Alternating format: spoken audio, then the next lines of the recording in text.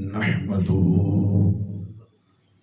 ونصلي ونسلم على رسوله الكريم أما بعد فأعوذ بالله السميع العليم من الشيطان اللئيم الرجيم بسم الله الرحمن الرحيم سبحان الذي أسرى بعبده ليلا صدق الله مولانا العظيم وصدق وبلغنا رسوله النبي الكريم الأمين الرؤوف الرحيم الصلاة والسلام عليك يا سيدي يا رسول الله وعلى آلك وأصحابك يا حبيب الله الصلاة والسلام عليك يا شفيع المذنبين وعلى آلك وأصحابك يا رحمة للعالمين. حضور نبی رحمت صلی اللہ تعالی علیہ وآلہ وصحبہ وسلم کا ارشاد گرامی ہے. حضور فرماتے ہیں من صلی علیہ واحدا صلی اللہ علیہ عشرہ. جو بندہ میرے محبوب نبی رحمت صلی اللہ تعالی علیہ وبارہ وسلم کے فرمان کے مطابق حضور کی ذات پر ایک مرتبہ محبت سے درود پڑھتا ہے، اللہ رب العالمین اس ایک مرتبہ کے درود کے بدلے میں 10 رحمتوں کا نزول فرما دیتا ہے. ایک مرتبہ درود پڑھیں تو 10 رحمتیں جو ہیں وہ اللہ رب العالمین عطا فرماتا ہے. آگے بات کو چلایا تو حضور نے فرمایا من صلی علیہ عشرہ صلی اللہ علیہ مئہ، کہ جو بندہ 10 مرتبہ درود پڑھے گا اللہ کی رحمت اس پر 100 مرتبہ نازل ہوتی ہے. ومن صلی علیہ مئۃ صلی اللہ علیہ الفا،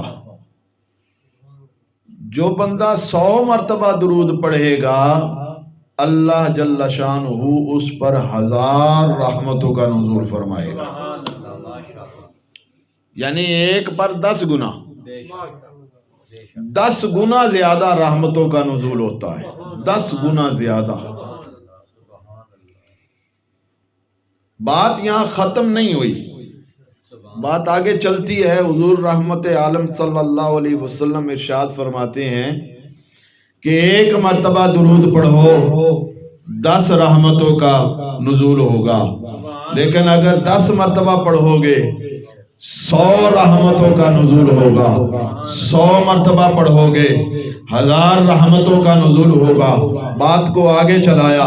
آقا علیہ الصلوۃ والتسلیم نے ارشاد فرمایا من صلی علیہ الفا، جو بندہ 1000 مرتبہ درود پڑھے گا اس پر 10,000 رحمتوں کا نزول تو ہوگا ہی، یہ انعام تو ملے گا ہی، لیکن آگے والا انعام بھی ارشاد فرمایا کتب لہ براءتان، براءت من النفاق و براءت من النار. ایک براءت اس کی جو 1000 مرتبہ درود پڑھے گا، 1000 مرتبہ درود پڑھے گا 10,000 رحمتوں کا نزول الگ ہوگا. جہنم سے آزادی بھی مل جائے گی، منافقت سے بھی آزادی مل جائے گی. 1000 مرتبہ درود پڑھنے والا نہ کبھی جہنمی ہوگا نہ کبھی منافق ہوگا. نفاق بھی اس کے دل سے نکال دیا جائے گا، جہنم سے بھی اس کو آزادی عطا فرما دی جائے گی. بات یہاں پھر ختم نہیں کی، بات کو آگے چلایا. آقا علیہ الصلوۃ والتسلیم نے ارشاد فرمایا جو 1000 مرتبہ درود پڑھے گا 10,000 رحمتوں کا نزول تو ہوگا ہی ہوگا، پھر ساتھ میں نفاق سے بھی پاکیزگی ملے گی، انسان کا دل نفاق سے بھی پاک ہو جائے گا، جہنم سے بھی آزادی ہو جائے گی۔ وَأَسْكَنَهُ يَوْمَ الْقِيَامَةِ مَعَ الشُّهَدَاءِ۔ اللہ رب العالمین تیسرا انعام اور بڑا انعام یہ عطا فرمائے گا، جہنم سے آزادی بھی عطا فرمائے گا، جنت بھی عطا فرمائے گا، جنت میں شہیدوں کی سنگت بھی عطا فرمائے گا۔ جنت بھی ملے گی، جنت میں شہیدوں کی سنگت بھی ملے گی۔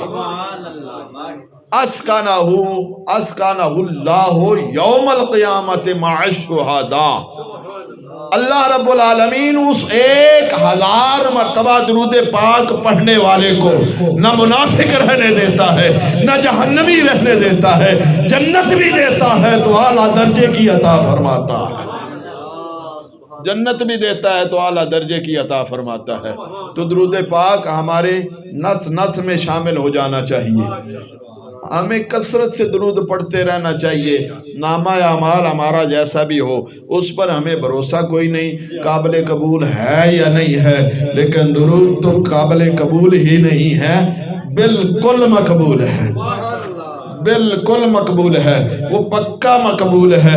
جب بھی پڑھتے ہیں، جتنا پڑھتے ہیں، جیسے پڑھتے ہیں، اللہ رب العالمین قبول بھی فرماتا ہے، رضا بھی عطا فرماتا ہے، گناہوں کی بخشش بھی عطا فرماتا ہے، جنت بھی دیتا ہے، جنت میں بھی اعلیٰ درجہ عطا فرما دیتا ہے۔ تو ہمیں درود پاک کثرت سے پڑھنا چاہیے۔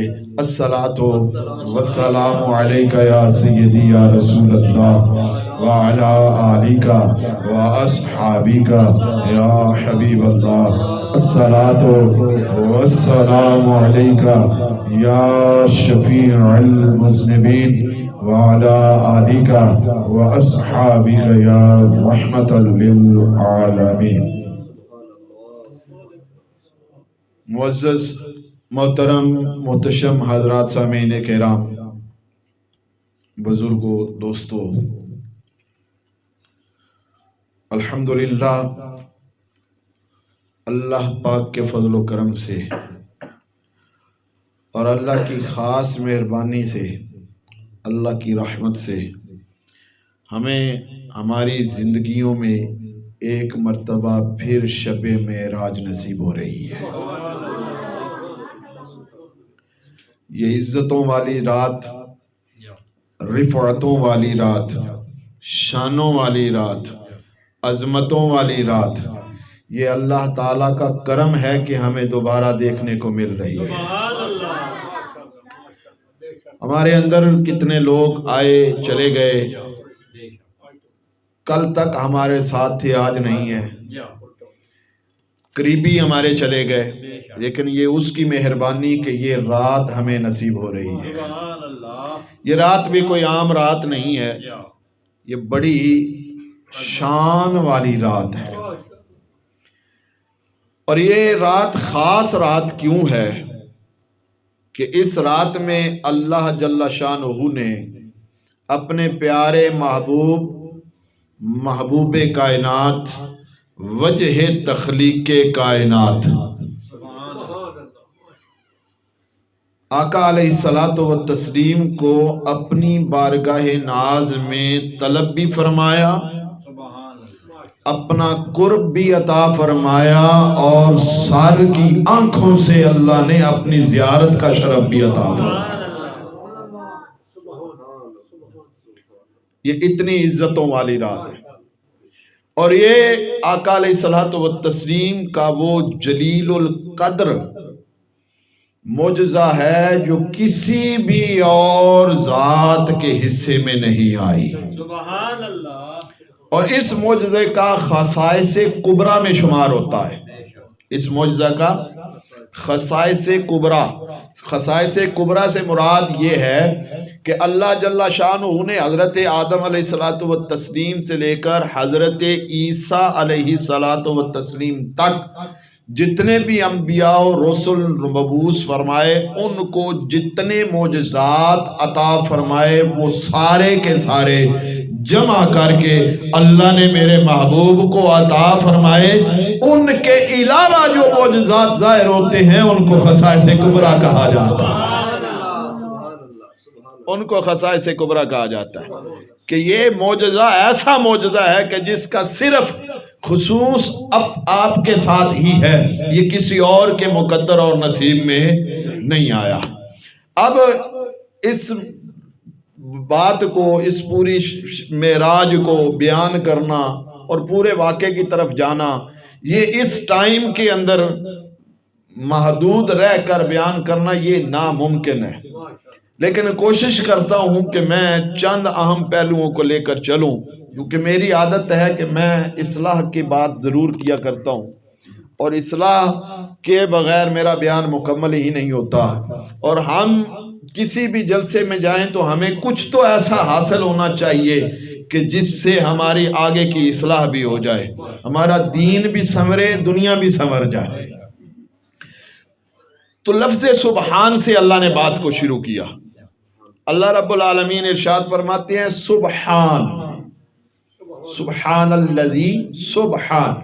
یہ سبحان کا جو لفظ ہے, کلمہ ہے, یہ عموماً کسی تعجب خیز چیز پر بولا جاتا ہے.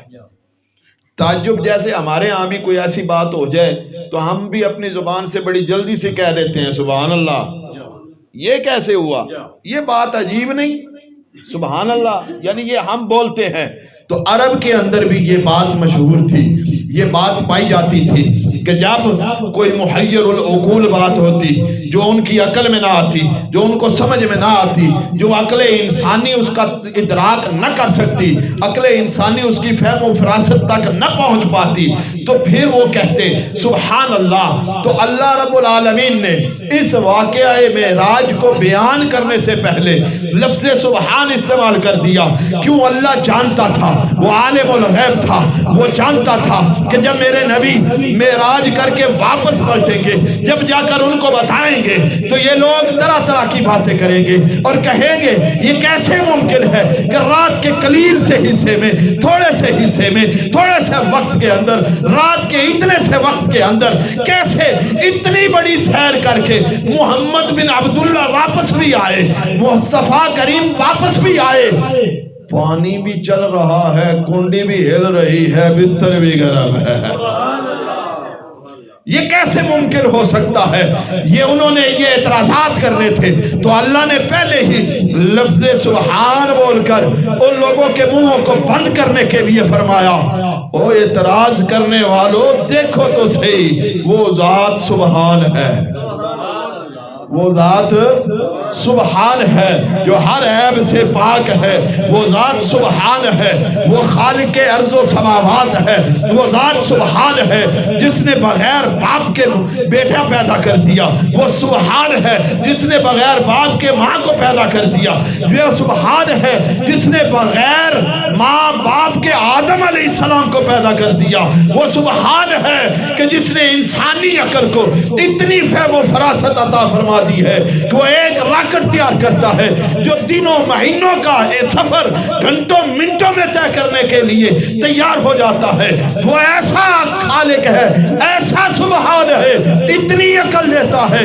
ایک ایسا اللہ انسان تیار کرتا ہے کہ بیٹھا یہاں ہوتا ہے, دنیا کے کسی کونے میں باتیں کرتا ہوا نظر آتا ہے. وہ ایسا سبحان ہے جو مچھلی کے پیٹ میں بھی انسان کو زندہ رکھتا ہے. وہ ایسا سبحان ہے جو ساری کائنات کو بنانے والا, ان اللہ علی کل شیء قدیر ہے.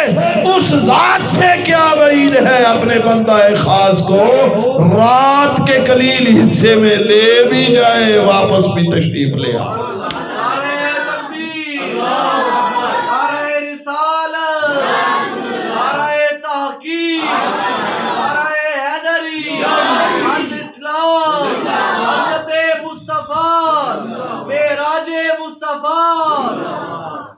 یہ وہ سبحان ذات ہے, یہ اللہ کی ذات وہ سبحان ذات ہے کہ جو ہر چیز پر قدرت رکھتی ہے، اگر تمہارے اعتراضات کو دیکھ کر یہ کہا جائے کہ اللہ رب ایسا کرنے کی قدرت نہیں رکھتا، تو پھر اللہ کے لیے تو عجز ثابت ہوتا ہے۔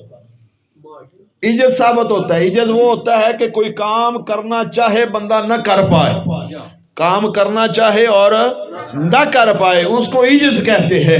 اور اللہ رب العالمین کے لیے عجز کو ماننا اللہ کے لیے عیب ہے، اور سبحان بول کر اللہ نے فرما دیا میں ہر عیب سے پاک ہوں، میں ہر عیب سے پاک ہوں۔ اور جو عیب سے پاک ہے، اس عجز والے عیب سے پاک ہے، اور ہر قدرت پر طاقت رکھنے والی ذات ہے، اس سے کیا بعید ہے کہ وہ اپنے بندہ خاص کو رات کے تھوڑے حصے میں لے بھی جائے، لے بھی آئے۔ آگے بات کو چلائیں تو اللہ نے فرمایا سبحان الذی اسرا بعبدہ، پاک ہے وہ ذات جو اپنے بندہ خاص کو لے گئی۔ بندہ لفظ عبد استعمال کیا اللہ نے، یہاں پہ کیا استعمال کیا ہے؟ لفظ عبد۔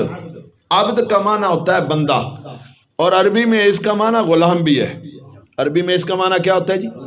غلام بھی ہے۔ عربی عبد کہتے ہیں غلام کو بھی۔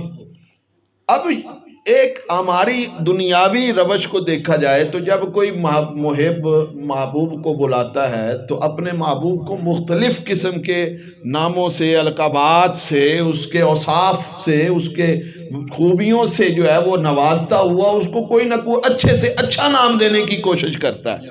ایسا ہی ہوتا ہے۔ تو یہاں آقا علیہ الصلوۃ والتسلیم سے بڑھ کر کائنات میں اور کوئی ہے؟ وہ ذات ہے کہ اللہ فرماتا ہے محبوب تجھے نہ بناتا رب ہونا بھی ظاہر نہ کرتا، تیرے لیے ہی تو پوری کائنات کو بنایا، تیرے لیے ہی تو یہ کارخانہ قدرت کو سجایا، یہ سارا کچھ تیرے لیے بنایا۔ تو پھر تو القابات اچھے سے اچھے کوئی اور بھی جیسے اللہ نے اپنے نبی کو عطا فرما رکھے ہیں، ان القابات میں سے کوئی اور لقب استعمال کیا جاتا، یہاں عبد کیوں استعمال کیا ہے؟ تو اس کی توجیحات میں اگر نکل جاؤں تو ڈھیر ساری ہیں۔ ایک دو باتیں عرض کروں، اپنی اصلاح کی بات بھی یہاں سے لیتا چلا ہوں کہ ایک بات تو یہ ہے کہ جب حضرت عیسیٰ کو علیہ السلام کو جب چوتھے آسمان پر اٹھایا گیا نا تو ان کی قوم نے ان کو ابن اللہ کہنا شروع کر دیا، بیٹا کہنا شروع کر دیا۔ وقالت النصارى المسیح ابن اللہ، قرآن میں کہ انہوں نے حضرت عیسیٰ علیہ السلام کو اللہ کا بیٹا کہنا شروع کر دیا۔ تو یہ عیسیٰ علیہ السلام تھے کہ وہ چوتھے آسمان پر گئے تو لوگوں نے ان کو اللہ کا بیٹا کہنا شروع کیا۔ میرے نبی نے تو چوتھے سے آگے جانا تھا، پانچویں پہ جانا تھا، چھٹے پہ جانا تھا، ساتویں پہ جانا تھا، وہاں سے آگے عرش و کرسی سے آگے لامکان تک پہنچنا تھا، بلکہ کعبہ قوسین او ادنا فتنا فتح اللہ کے مقام پر فائز ہونا تھا۔ اتنے بڑے اعلیٰ مقام پر فائز ہو کر جب واپس پلٹنا تھا کیا بعید تھا چوتھے آسمان پر جانے والے نبی کو لوگ اللہ کا بیٹا کہے، یہ وہاں سے اس سے آگے ہو کر جب پلٹے تو کہیں لوگ خدا کہنا نہ شروع کر دیں۔ اللہ نے فرمایا خدا نہیں ہے، بے عبد ہی میرا بندہ ہے، میرا بندہ ہے، میرا بندہ خاص ہے، میرا بندہ ہے جس کو میں لے گیا ہوں، اور لے کر جانے والا بھی میں اللہ ہوں۔ اور دوسری وجہ یہ بھی ہے کہ جب حضور آقا علیہ الصلوۃ والتسلیم اللہ کی بارگاہ ناز میں حاضر ہوئے تو وہاں اللہ نے ارشاد فرمایا کہ بما اشرفک یا محمد صلی اللہ علیہ وسلم، آج آپ کو کس نسبت سے پکاروں، کس نام سے پکاروں، کس تعلق کے ساتھ پکاروں؟ تو اللہ کے نبی نے ارشاد فرمایا بنسبت العبودیہ، مولا آج اگر مجھے پکارنا ہے تو عبودیت والی نسبت سے پکاری ہے۔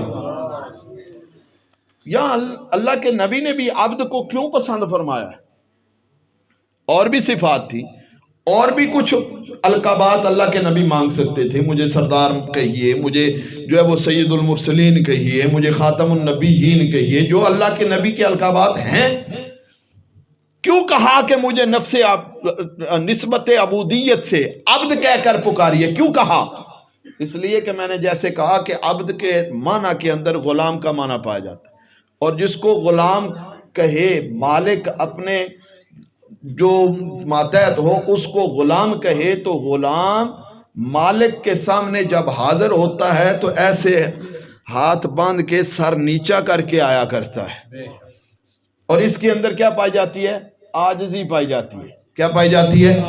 عاجزی پائی جاتی ہے۔ اللہ کے نبی نے وہاں نسبت عبودیت کو طلب کر کے اللہ کی بارگاہ سے نسبت عبودیت کو لے کر امت مسلمہ کو، اپنے کلمہ پڑھنے والے سارے امتیوں کو یہ درس دے دیا کہ اے میرے امتیوں، مجھ سے بڑا مقام، مجھ سے بڑی عزت، مجھ سے بڑا شرف کائنات میں میرے بعد اور مجھ سے پہلے کسی کو نہیں ملا، نہ ملے گا۔ تو یہ درس دے رہا ہوں، اتنا بڑا شرف حاصل کر کے بھی میں مصطفیٰ اپنے آپ کو اللہ کا غلام کہہ کر عاجزی اور انکساری حاصل کر رہا ہوں۔ اے میری امت والوں، میرا کلمہ پڑھنے والوں، کل دنیا کا تجھے کوئی منصب مل جائے، کوئی مقام مل جائے، کوئی مرتبہ مل جائے، کوئی عہدہ مل جائے، کوئی بھی مرتبہ ملے، اتنے بڑے مراتب لے کر کہیں تکبر کی راہ میں بہ نہ جانا، ہر دم ہر لحظہ یہی سمجھنا جو کچھ ہے میرے رب نے عطا فرمایا، میرا جو کچھ ہے، میں جو کچھ ہوں، وہ سب کا سب اللہ نے عطا فرمایا ہے۔ وہ خالق ہے، وہ مالک ہے، وہ رازق ہے، وہی سب کچھ دینے والا ہے، میں بندہ اس کا غلام ہوں۔ وہ میرا آقا ہے، میں اس کا غلام ہوں۔ تو وہاں اس لیے لفظ عبد کو بھی کیا ہے استعمال اللہ رب العالمین نے استعمال فرمایا۔ اور بھی توجیہات ہیں لیکن یہاں ہی صرف بات کو لے کر چلوں تو بات بہت لمبی ہو جائے گی، آگے چلے۔ بعبدہ لیلہ، رات کے قلیل حصے میں، کتنے حصے میں؟ مفسرین محدثین سب نے لکھا ہے رات کے تھوڑے سے حصے میں، قلیل حصے میں، گئے بھی اور آئے بھی۔ اللہ نے معراج کے لیے یہ رات کا وقت ہی کیوں لیا ہے؟ دن کو کیوں نہیں کروائی؟ کس ٹائم پر؟ صبح کروا دیتے، دوپہر کو کرواتے، شام کو کرواتے، لوگ جاگ رہے ہوتے، دیکھ رہے ہوتے کہ وہ جا رہے ہیں اور آ رہے ہیں، تو کسی کو انکار کرنے کی بھی مجال نہ ہوتی، سب اپنی آنکھوں سے دیکھ لیتے۔ تو یہ رات کا وقت کیوں منتخب کیا؟ اس کی بھی بہت ساری توجیہات ہیں لیکن ان میں سے ایک میں عرض کر کے آگے چلتا ہوں۔ ایک کیا ہے کہ حضور نبی رحمت صلی اللہ تعالیٰ علیہ وسلم جس ٹائم پر گئے ہیں یہ وہ ٹائم ہے جب رات جا رہی ہے، دن آ رہا ہے۔ رات کے ختم ہونے کا ٹائم ہے اور دن کے شروع ہونے کا ٹائم ہے، اور اس کو تہجد کا ٹائم کہا جاتا ہے۔ یہ کون سا ٹائم ہے؟ تہجد کا ٹائم۔ اس کو کہتے ہیں رات کا پچھلا پہر۔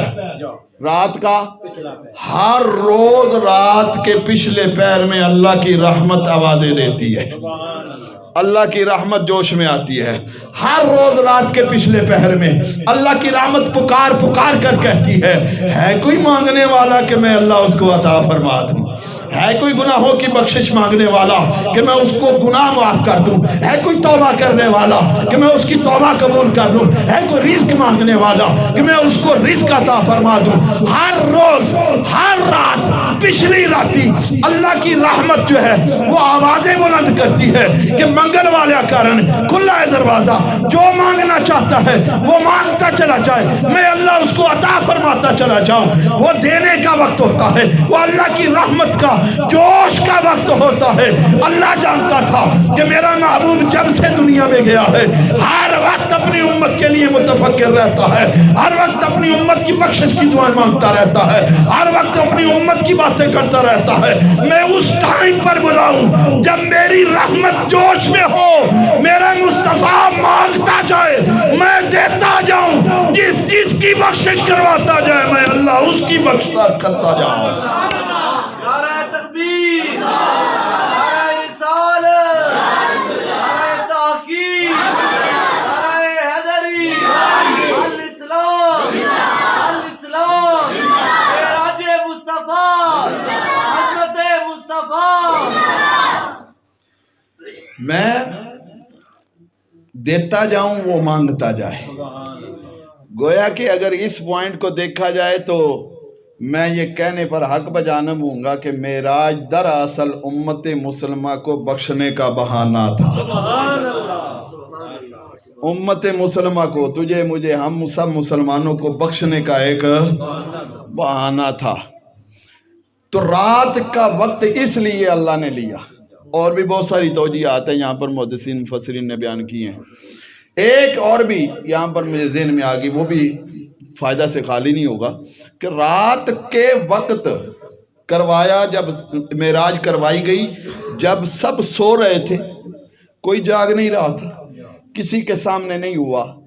تو اللہ نے متقین کی صفات کو بیان کرتے ہوئے قرآن پاک میں پہلے جو آیت ہے الف لام میم ذالک الکتاب لا ریب فیہ ھدی للمتقین الذین یؤمنون بالغیب. پہلی صفت ہی قرآن کی ابتدا میں جو اللہ نے بیان کی ہے وہ ایمان بالغیب کی بیان کی ہے. تو ایمان بالغیب کیا؟ بن دیکھے ایمان لانا، اور ہم سب نے بن دیکھے ایمان لایا ہوا ہے. تو ایمان بالغیب بھی ایک بہت بڑا درجہ تھا، بہت بڑی صفت تھی. تو اس صفت سے بھی متصف کرنا تھا مومنین کو، حضور کے صحابہ کو. تو اللہ نے رات کا وہ پہر لیا کہ کسی کو معلوم نہیں ہوگا، یہ غیب میں ہوگا. جب واپس پلٹیں گے اپنے مان کر ایمان بالغیب کا درجہ بھی حاصل کر لیں گے. ایمان بالغیب کا درجہ بھی حاصل کر لیں گے. تو یہ اس بنیاد پر بھی کیا ہے، رات کا وقت لیا گیا. اب بات کو آگے اگر چلائیں تو بات کیا ہے کہ اللہ رب العالمین نے جو معراج کروائی تو اس کی پھر تیاریاں کرنے کے لیے یہ وقت جو مقرر ہوا ہے وہ کل کی رات 27ویں شب رجب المرجب کی تیاریاں مکمل ہوئیں. اللہ رب العالمین نے جنت کے اندر تمام حوروں کو، غلمان کو، رضوان کو، سب کو کہا اپنی اپنی ڈیوٹیاں چھوڑو، لائن بناؤ، میرا ذکر تسبیح تحلیل بھی چھوڑو، حضور کی ذات پر درود پڑھو. اے جبریل امی، آج آپ نے سارے جہنمیوں سے عذاب بھی اٹھا لینا ہے. آج جنت کے دروازے سارے کھول دینے ہیں، جہنم کے سارے دروازے بند کر دینے ہیں. حضرت آدم علیہ السلام سے لے کر عیسیٰ علیہ السلام تک سب تک یہ پیغام پہنچا دو، حضور آ رہے ہیں، ان کے استقبال کے لیے مسجد حرام میں جمع ہو جاؤ. مسجد حرام میں سارے کے سارے کیا ہو جاؤ؟ جمع ہو جاؤ. پھر جبریل امی سے فرمایا، جبریل جی رب جلیل، جاؤ جنت سے ایک براق لے کر جاؤ، میرے محبوب کی سواری لے کر جاؤ اور ان کو میرے پاس لے کر آؤ. اب یہاں پر جو بات ہے یہ بھی جو ہے وہ اصلاح سے خالی نہیں ہوگی اور فائدے سے خالی نہیں ہوگی. جبریل امین جب جنت میں گئے تو وہاں 40,000 کم و بیش جو تعداد لکھی گئی کہ براق وہاں موجود ہیں. ہر ایک براق کے ماتھے پر کلمہ طیبہ بھی کندہ ہے اور سارے کے سارے حسن و جمال میں یکتا ہے. اب جبریل امین ادھر ادھر دیکھتے ہیں کہ کس کو لے کر جاؤں، سارے حسن و جمال والے ہیں، سارے خوبصورت ہیں، سارے حسین ہیں، سارے اچھے ہیں، میں کس کو لے کر جاؤں. تو یہ چلتے چلتے ایک نکر میں، ایک کونے میں ایک براق پر نظر پڑی جو کہ رو رہا ہے، سر نیچے کیا ہے اور رو رہا ہے، آنسو بہا رہا ہے. جبریل امین باقی سب کو چھوڑتے ہیں، اس کے پاس جاتے ہیں اور آ کر کہتے ہیں تو کیوں رو رہا ہے؟ آج تو حضور کے آنے کا دن ہو گیا ہے اور حضور تشریف لا رہے ہیں، خوشی اور شادمانی کا دن ہے، تو کیوں رو رہا ہے؟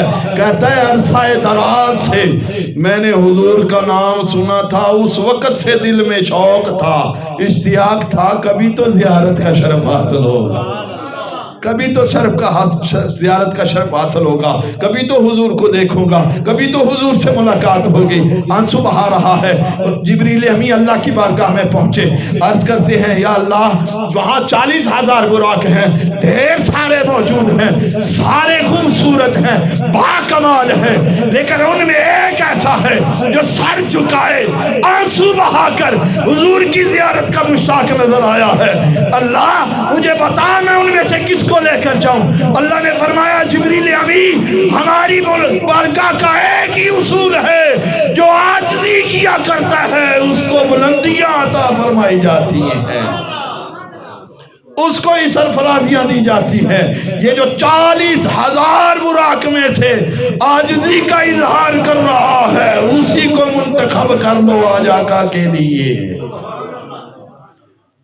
جو عاجزی کر رہا ہے، جو انکساری کر رہا ہے، عجز اور انکساری، عاجزی اور انکساری اللہ رب العالمین کو بہت زیادہ پسند ہے۔ یہ عاجزی بہت بڑی چیز ہے۔ ایک عاجزی ایک ہوتی ہے کہ اللہ رب العالمین کسی کو کوئی چیز دے، مقام دے، مرتبہ دے، علم دے، دولت دے، شہرت دے، جو بھی ملے، اس کے اوپر وہ لوگوں کے سامنے ویسے بان ٹھان کے جی میں کچھ بھی نہیں، یعنی اس بعض اوقات اس عاجزی کے پہلو میں بھی تکبر کی رمق پائی جاتی ہے۔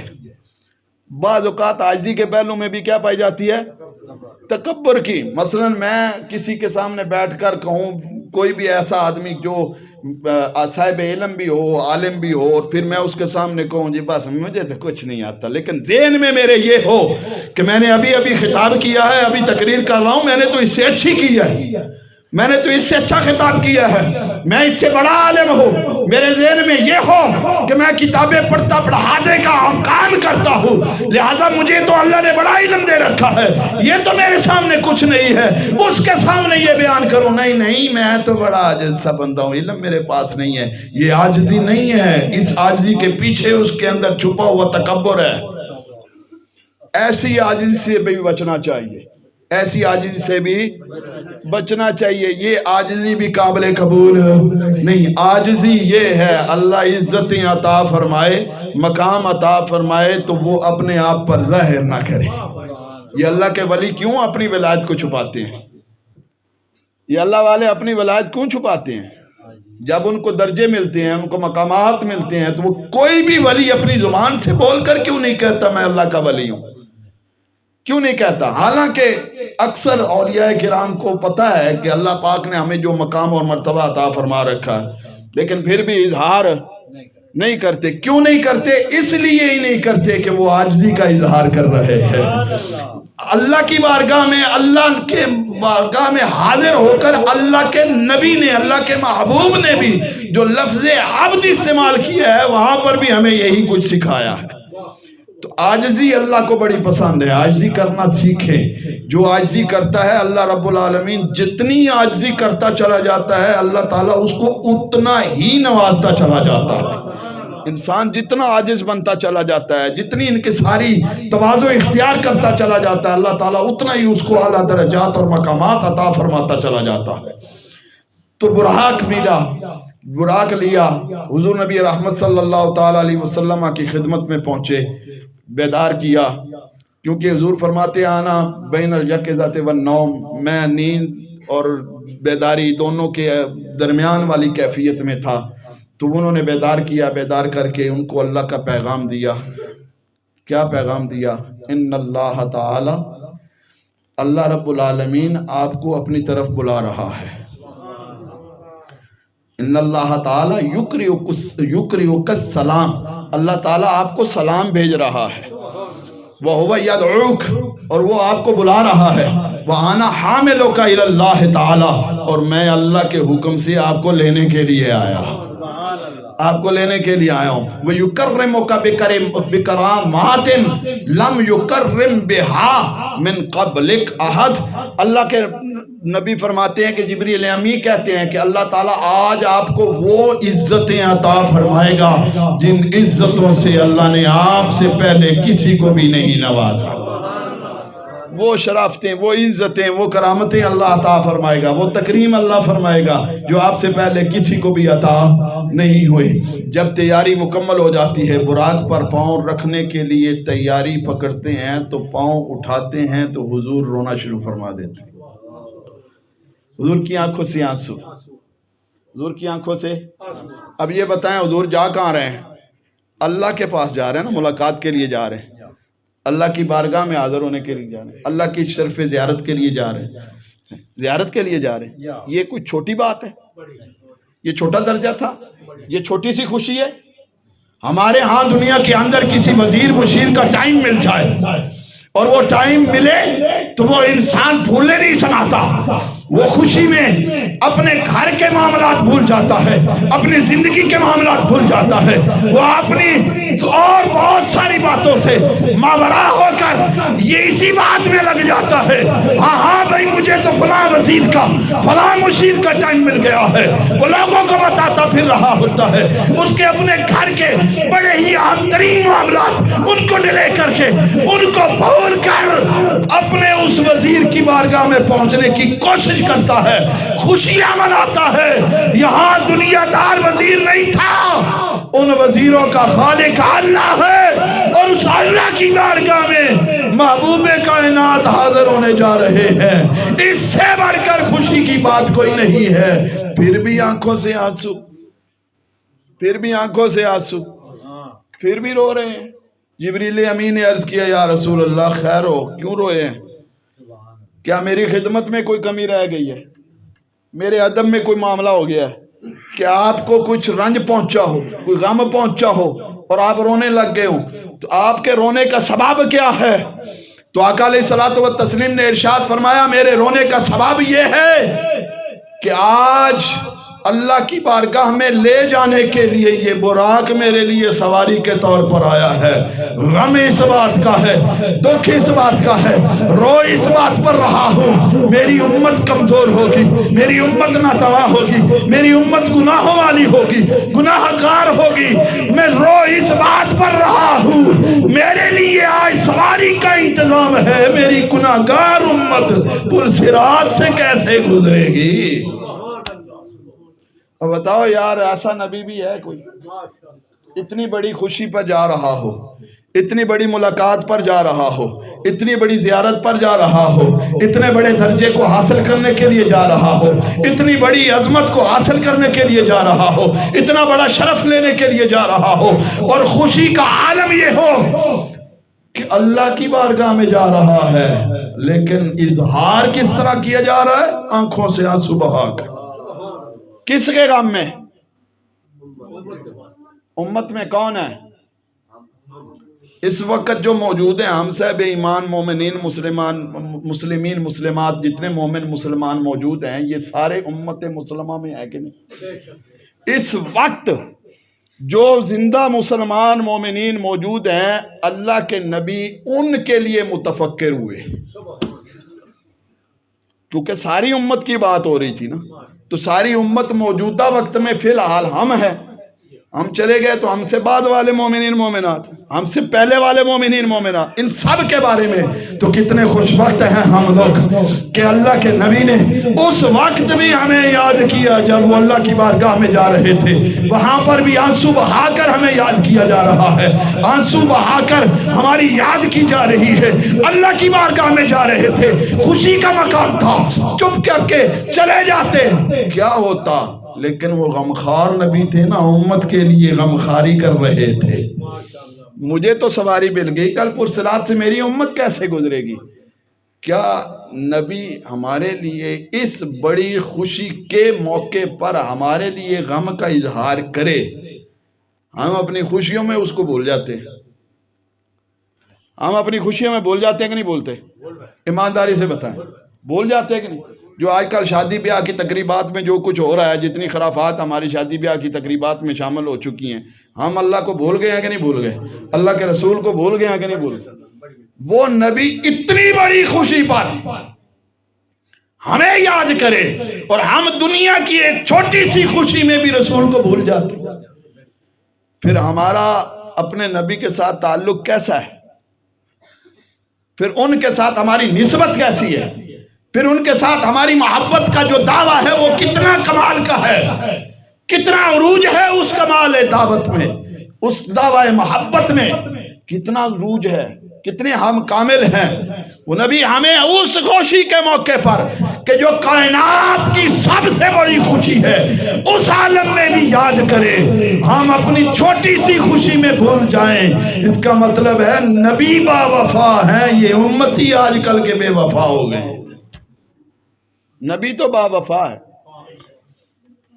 یہ امتی بے وفا ہو گیا ہے، یہ اپنے نبی کو بھول گیا ہے۔ نبی نے کہیں بھی کسی بھی موڑ پر امت کو بھولا نہیں ہے۔ بہرحال جبریل امین نے اللہ کی بارگاہ میں عرض کی کہ یہ حضور اس واسطے رو رہے ہیں، تو اللہ نے وعدہ فرما دیا محبوب غم نہ کھائیں، اس وقت تک ہم جنت کو بند نہیں کریں گے جب تک کہ آپ راضی نہیں ہو جائیں گے۔ جب آپ راضی ہو جائیں گے، جیسے راضی ہوں گے ہم آپ کو راضی کر کے پھر جنت کو بند کریں گے۔ تو یہ وعدہ لیا اللہ کے نبی نے، اور پھر وعدہ لے کر براق پر سوار ہوئے، مسجد حرام میں پہنچے، تمام انبیاء کی امامت کی، وہیں سے آگے پھر آسمانوں کی طرف جو ہے وہ سفر شروع ہوا۔ سدرۃ المنتہا پہ پہنچے، جبریل امی سے کہا چلو آگے، چلو آگے۔ جبریل امی کہتے ہیں یا رسول اللہ بس یہیں پہ۔ اپنے فرمایا اچھا چلو آگے، ان کا نہیں، اس سے آگے میں اگر ایک قدم بھی، ایک انگلی کے پورے کے برابر بھی آگے بڑھا، انملا کا لفظ ہے، انگلی کے پورے کو کہتے ہیں، ایک انگلی کے پورے کے برابر بھی آگے بڑھا تو میں جل کر راکھ ہو جاؤں گا، میرے پیر جل جائیں گے۔ تو آپ کو اللہ کے نبی نے اشارہ فرمایا جبریل امی کو، وہ اپنے مقام پر پہنچ گئے۔ مفسرین کہتے ہیں کہ اس دن اگر جبریل امی کہہ دیتے جیسے کہ حضور نے کہا تھا کہ چلو آگے، اور وہ ساتھ چل پڑتے نا، تو ان کو بھی وہ مقامات دکھائے دیے جاتے، وہ بھی وہاں تک پہنچتے جہاں حضور ان کو لے کر جاتے۔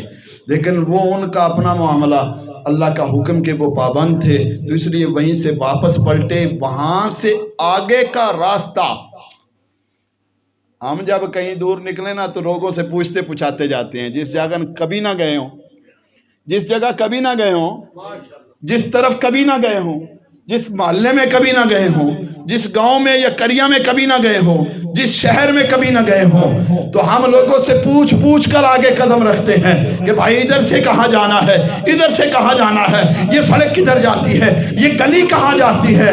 وہاں جبریل امین نے جب چھوڑا تو حضور نے فرمایا تم جاؤ آگے، ہم سب جانتے ہیں، آگے کے راستے ہم سب جانتے ہیں، ہمیں سارے معلوم ہیں۔ کیوں یا رسول اللہ آپ کو کیسے معلوم ہوئے؟ فرمایا یہی سے تو ہو کر گیا ہوں،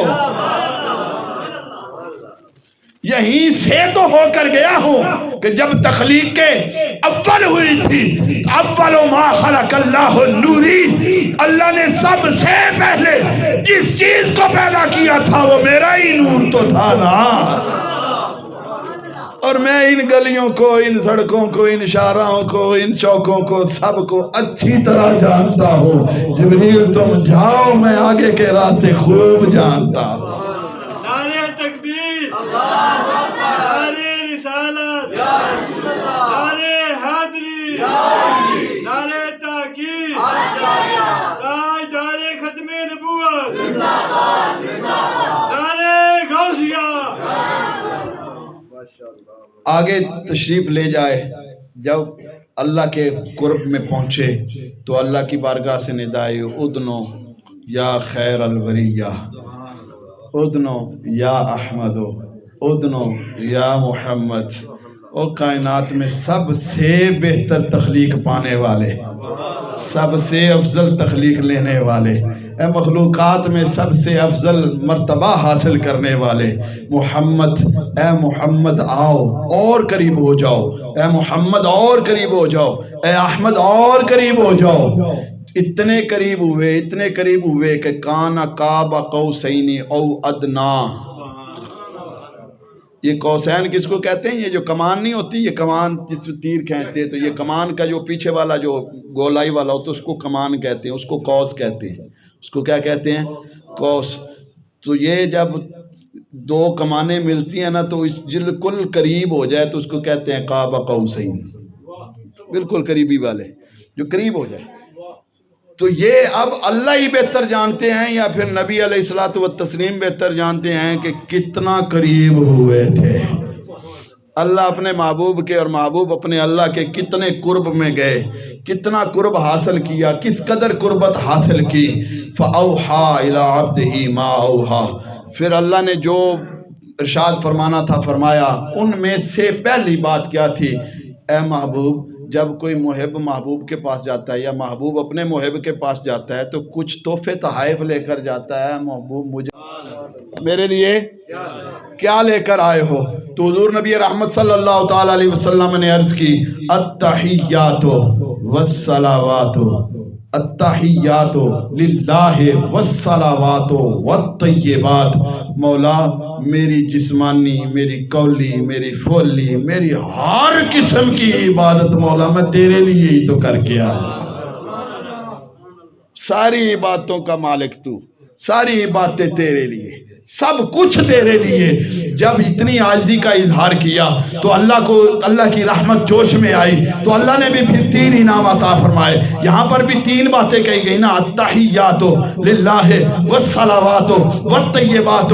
3 چیزیں کا اظہار اللہ کے نبی نے کیا, تو ان کے 3 کے مقابلے میں اللہ نے 3 انعام بھی عطا فرمائے. فرمایا السلام علیکہ ایھا النبی,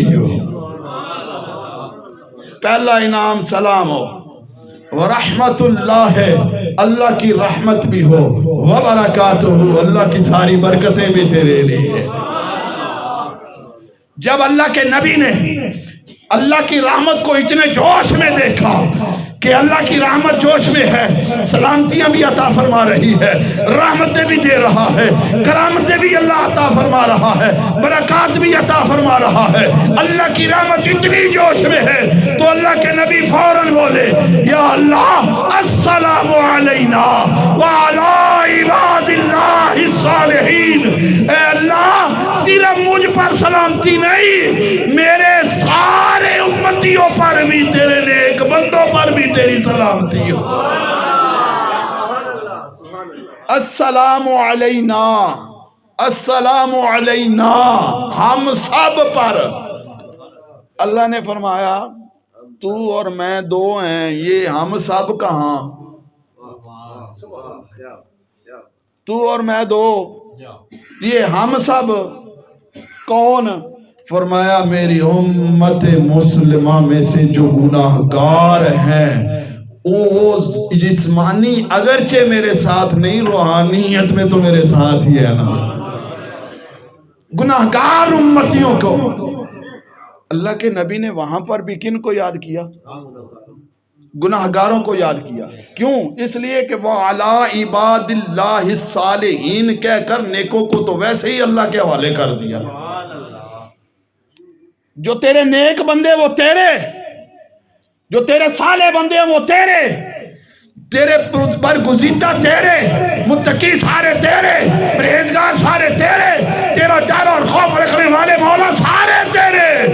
مولا میں تو ان کی بات کر رہا ہوں جو گناہ گار ہیں, تیری اطاعت سے بیزار ہیں, ان کی بخشش کی بات کر رہا ہوں, ان کی سلامتی کی بات کر رہا ہوں.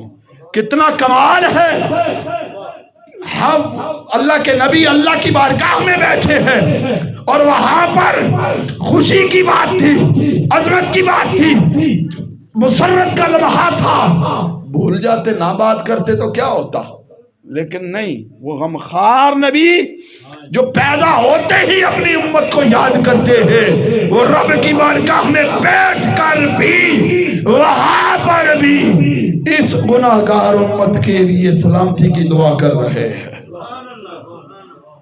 جو راز و نیاز کی باتیں ہوئیں, اللہ رب العالمین نے فرمایا اچھا جو تحفے آپ نے دینے تھے آپ نے دیے, جو میں نے دینے تھے میں نے دیے, اب مانگو کیا مانگتے ہو, اب مانگو کیا مانگتے ہو. اللہ نے فرمایا تحفے لینے دینے والا معاملہ ہوا, اب مانگو کیا مانگتے ہو. اب بتائیں دنیا داری رکھنے والے انسان جب ہم کسی صاحب اقتدار کے پاس جائیں، کسی بڑے کے پاس جائیں، تو ہماری مانگ کیا ہوتی ہے؟ اپنی ذات سے شروع ہوتی ہے، اپنی ذات پر ہی ختم ہو جاتی ہے۔ ہم اپنے لیے مانگتے ہیں، ہم اپنی خیر مانگتے ہیں کہ مجھے یہ دے دو، وہ دے دو، گاڑی دے دو، بنگلہ دے دو، پیسہ دے دو، نوکری دے دو، مال دے دو، جائیداد دے دو، مجھے یہ دے دو، وہ دے دو۔ کسی کو ہم یاد نہیں کرتے، لیکن دیکھیں میرا نبی کہاں بیٹھا ہے اور کون کہہ رہا ہے مانگ مصطفیٰ کیا مانگتا ہے۔ اللہ فرما رہا ہے مصطفیٰ سے، مصطفیٰ مانگو کیا مانگتے ہو۔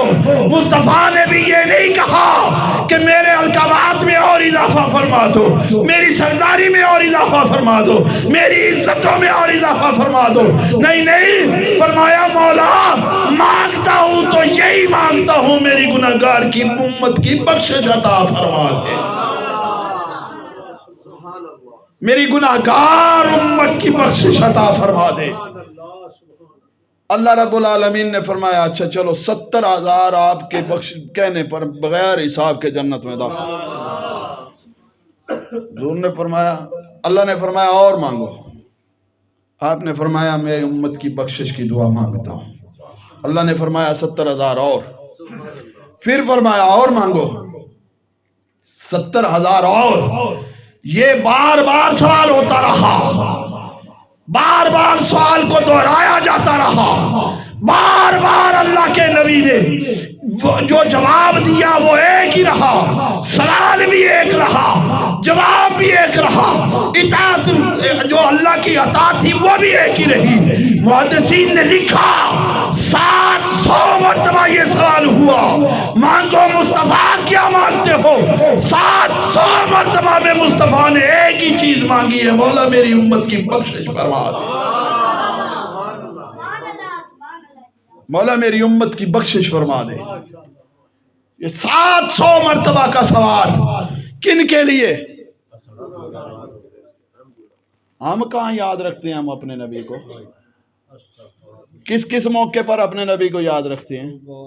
کہاں کہاں حضور کی اتباع کرتے ہیں، کہاں کہاں حضور کی پیروی کرتے ہیں، کہاں کہاں حضور کی ناموس کے لیے نکلتے ہیں، کہاں کہاں حضور کی عزت کے لیے نکلتے ہیں، کہاں کہاں حضور کی اتباع میں محبت میں سنتوں کو اختیار کرتے ہیں، کہاں کہاں حضور کی محبت میں گناہوں کو چھوڑتے ہیں، کہاں کہاں ہم حضور کے کہنے پر اپنے رشتہ داروں سے صلہ رحمی کرتے ہیں، کہاں کہاں حضور کے کہنے پر جھوٹ اور چغلی اور غیبت سے توبہ کرتے ہیں، کہاں کہاں ہم اللہ کے نبی کے کہنے پر اپنے بیٹیوں کو ان کا حق دیتے ہیں، کہاں کہاں اپنے رشتہ داروں کے ساتھ حسن سلوک کرتے ہیں۔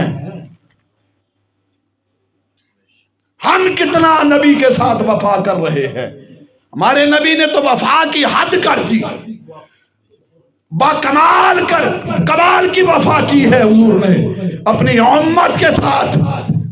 پیدا ہوئے تو امت کی بخشش، غاروں میں امت کی بخشش، مسجد میں امت کی بخشش، پہاڑوں میں امت کی بخشش، تنہائی میں امت کی بخشش، جلوے میں امت کی بخشش، ہر جگہ پر امت کی بخشش کی باتیں ہوتی رہی۔ امت ہر جگہ پر اپنے نبی کو بھول گئی، امت ہر موڑ پر اپنے محبوب کی محبت سے دور ہوتی چلی گئی۔ آج اگر کسی سے کہا جائے بھائی حضور کی محبت میں داڑھی رکھ لو، وہ آگے سے عجیب سے سوال جواب کرتے ہیں، جی معاشرہ ایسے ہے، لگتا ہے انشاءاللہ یہ ہم حضور کی محبت میں داڑھی نہیں رکھ سکتے، ہم حضور کی محبت میں اپنے چہرے کو سنت کے مطابق سجا نہیں سکتے۔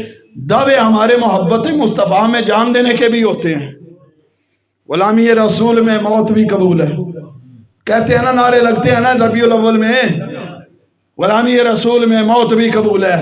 ارے موت بعد میں قبول کرنا، پہلے حضور کی محبت میں سنتوں کو اپنانا قبول کر، سنتوں پر عمل کرنا قبول کر۔ جب تو سنتوں پر عمل پیرا ہونا شروع ہوگا، پھر تیرے دل میں تیرے نبی کی محبت پیدا ہوگی۔ جب محبت پیدا ہوئی تو پھر جذبہ جوش آئے گا، پھر ایک وقت آئے گا جب جان دینے کا وقت آیا جان دے جائے گا۔ یہ جانیں ایسے نہیں دی جاتی، یہ جانوں کا معاملہ ایسے نہیں کیا جاتا کہ یکدم اٹھے اور اٹھ کر جانے دینا شروع کر دے. نہیں، پہلے دل میں محبت بستی ہے، پھر جا کر جان دینے کا معاملہ آتا ہے. جان دینے کے لیے دل میں محبت کا پایا جانا اشد ضروری ہے.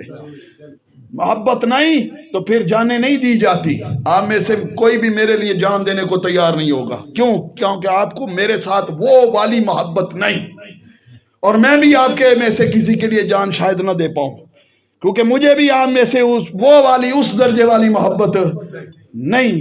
تو پھر جو نبی کے ساتھ محبت کے دعوے کریں اور وہ والی محبت نہ ہو، جان کہاں سے دے گا؟ کیسے دے گا؟ اللہ کے ساتھ، اللہ کے نبی کے ساتھ محبت کا دم بھرنے والوں، پہلے چھوٹی چھوٹی سنتوں کو اپنانا شروع کرو. سونا، جاگنا، اٹھنا، بیٹھنا، چلنا، پھرنا، روز کے معاملات زندگی، اپنے معاملات تجارت، معاملات مزدوری، معاملات ازدواج زندگی، معاملات برادری، معاملات خاندان، اپنے اٹھنے بیٹھنے، اپنے دوستانہ ماحول میں ہر جگہ پر اپنے آپ پر سنت کا پہرا دینے والے بن جاؤ. پھر وہ محبت پیدا ہوگی. جان دینے کا موقع آیا تو جان دے جائیں گے. اللہ کی بارگاہ سے یہ سوالات و جوابات ہوئے. اللہ نے تحفے کے طور پر نماز عطا فرما دی. نماز واپس موسیٰ علیہ الصلوۃ والتسلیم سے ملاقات، 9 چکر اور پھر 5 رہ گئی. 5ویں پر بھی حضور کو حضرت موسیٰ نے کیا فرمایا؟ عرض کی، حضرت یا رسول اللہ یہ 5 بھی امت پر بڑی بھاری پڑیں گی. فرمایا اب مجھے حیا آتی ہے کہ میری امت اتنی گئی گزری ہوگی کہ وہ 5 بھی نہیں پڑے گی.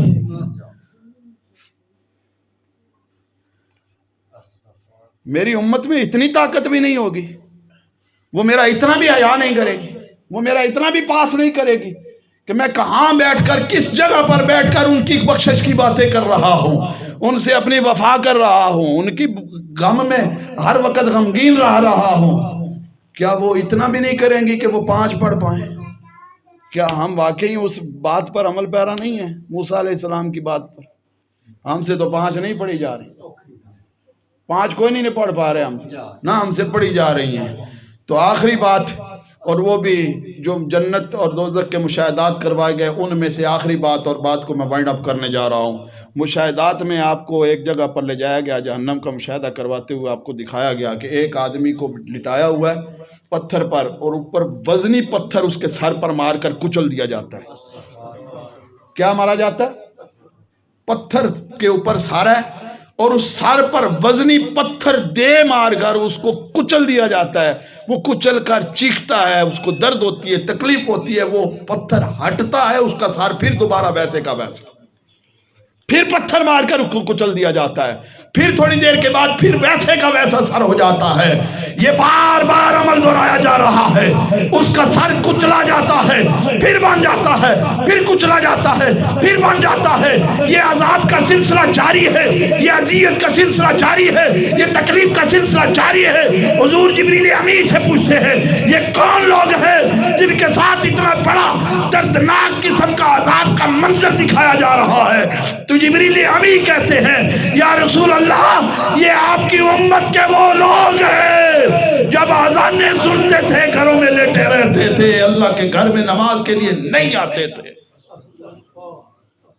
یہ ان لوگوں کا انجام ہے، یہ ان لوگوں کا انجام ہے کہ جو جہنم کے اندر اس انجام کو پہنچے، اذانوں کو سن کر گھروں میں لیٹے رہے، ٹس سے مس نہ ہوئے، رب کے گھر کی طرف نہ آئے، تو ان کو عذاب کیا مل رہا ہے؟ ہماری ایک چھوٹی سی انگلی کے آخری حصے پر چھوٹا سا کانٹا چبھ جائے نا تو کتنی درد ہوتی ہے، کتنی تکلیف ہوتی ہے. بتاؤ جب ایک سر کو کچلا جائے گا اور پھر دوبارہ اسی طرح بنا کر پھر کچلا جائے، بار بار یہی اشر ہو رہا ہو، بتاؤ عذاب کا عالم کیا ہوگا وہاں پہ؟ کتنے دکھ کی بات ہے کہ ہم محبتوں کے دعوے کرنے والے، ہم حضور کے ساتھ نسبتیں بنانے والے، اور عالم یہ ہو کہ جب اللہ کے گھر سے بلاوا آئے تو وہ والی سنت ہم چھوڑ جائیں جس سنت کو اللہ کے نبی کو اللہ نے محبت میں عطا فرمایا بطور تحفہ۔ یہ معراج ہے نا، یہ معراج کی رات میں تحفہ ملا، اس لیے اس نماز کو معراج المومن بھی کہا گیا۔ الصلاۃ معراج المومن، مومن کی معراج بھی ہے۔ کیسے؟ حضور وہاں گئے، اللہ سے باتیں کی، اللہ کی زیارت کی، فرمایا جب تم چاہو، حضرت علی اور مرتضیٰ کا قول یاد آ گیا، فرمایا جب وہ کہتے ہیں کہ جب میں چاہتا کہ میرا رب مجھ سے باتیں کرے، میرا رب مجھ سے باتیں کرے تو میں قرآن کھول لیتا ہوں، اور جب یہ چاہوں کہ میں اللہ سے باتیں کروں نماز پڑھنا شروع کر دیتا ہوں۔ تو اسی لیے اس نماز کو معراج المومن کہا گیا کہ جیسے اللہ سے وہاں کلام ہوئی، وہاں زیارت ہوئی، تم نماز پڑھو، یقین جانو کبھی تنہائی کے اندر نماز کو ترجمے کے ساتھ پڑھنا شروع کر دو، اور کبھی ایک وقت میں تنہا ہو کر اس انداز کے ساتھ نماز پڑھنا، یقین جانے واقعتاً ایسا محسوس ہوگا تم اللہ سے کلام کر رہے ہو، تم اللہ سے باتیں کر رہے ہو۔ سبحان الذی اسرا بعبدہ لیلا، پاک ہے وہ ذات جو اپنے بندہ خاص کو رات کے قلیل حصے میں اپنی بارگاہ میں لے گئی۔ وما علیہ الا البلاغ۔